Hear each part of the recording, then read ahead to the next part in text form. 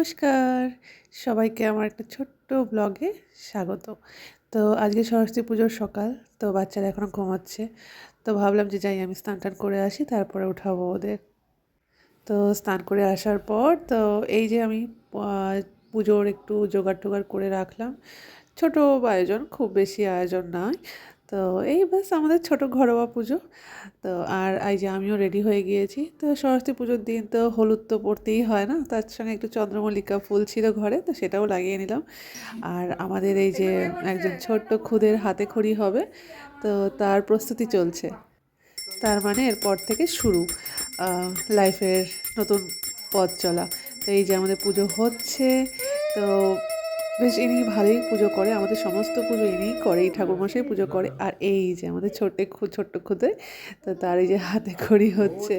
তো আশীর্বাদ করি বাবা, তুমি খুব বড় হও, ভালো মানুষ হও। আগে না সরস্বতী পুজোয় ভালো একটা ভাইব থাকতো। আমাদের টাইমে সরস্বতী পুজোয় মানে রাতে গান বাজতো, আগের দিন রাতে সবাই রাত জাগতো। এইসব না, এই জিনিসগুলো এখন আর দেখা যায় না। জানি না কারকে কোন এরিয়ায় এসব হয়। আমার এই এরিয়াটা না একদমই হয় না এসব। কাল সারা রাত কোনো আওয়াজই শুনলাম না। মানে আমি শিলিগুড়িতে থাকতেও এসব ছিল আর কি।